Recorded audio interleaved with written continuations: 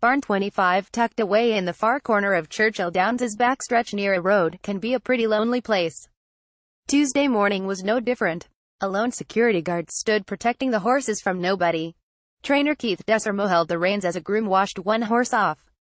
3 young women watched, asking if it was Kentucky Derby runner my boy Jack. Advertisement: nope, he's done for the day, he's sleeping, Desormeaux said. They scurried off, the security guard disappeared, the groom left, and Desormeaux was left to walk the horse around the chateau before returning outside and doubling the population to 2. Advertisement: I hope this isn't indicative of our chances in the race, one lonely reporter, Desormeaux said with a smile. Any support helps. Desormeaux doesn't really need any help. Even though his stable is very small by comparison, around 25 to 30 horses, it's his 3rd straight trip to the Kentucky Derby. 2 years ago, he finished second and then went on to win the Preakness Stakes with Exaggerator. Last year he had Sonneteer, who finished 16th. My boy Jack seems overlooked at 30-1 on the morning line, but he is generating some buzz among some race observers. He's ranked 10th in a couple of national polls and 2nd in the weekly poll done by John White for the Times. Advertisement: the Santa Anita-based colt is the most experienced in the Derby, having run 10 times. He won 3 of those races, including the Grade 3 Risen Star and Lexington Stakes. He was on the lower end of the bubble to make the Derby field, so Desormeaux ran him in the Lexington 3 weeks ago, where he earned enough points to make the race. If I had my training preference I wouldn't have run him in the last race, but I wasn't going to come here and wait all week long to hope we had 2 defections, so he could get the final spot, Desormeaux said. I adjusted his training and used that race as a building block towards the Derby, and I think I have the fittest horse in the race. My boy Jack was supposed to qualify in the Louisiana Derby 3 weeks before the Lexington, but he made a big move before flattening out in the stretch to finish 3rd.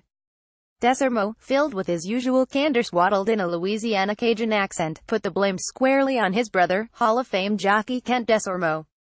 You don't have to be a racing genius to know that was a bad trip, Keith Desormeaux said. It was the speed of his advance. He went way too fast from the 3/8 pole to the quarter pole. That's what compromised his finish. Kent knew as soon as the race was over that he could have done better. It wasn't one of his Hall of Fame performances. Good thing we had enough time to regroup, and that's what they did. The colt confidently rallied in deep stretch to win the Lexington by a head. It's a pretty good accomplishment considering Desormeaux bought the colt for $20,000 for his good friend Kirk Godby of Don't Tell My Wife Stables. Desormeaux isn't surprised by the colt's success. It doesn't matter if I pay $5,000 or $500,000, Desormeaux said. You have to have the most lofty goals because most of the time, those horses don't reach those goals and you end up with just a horse.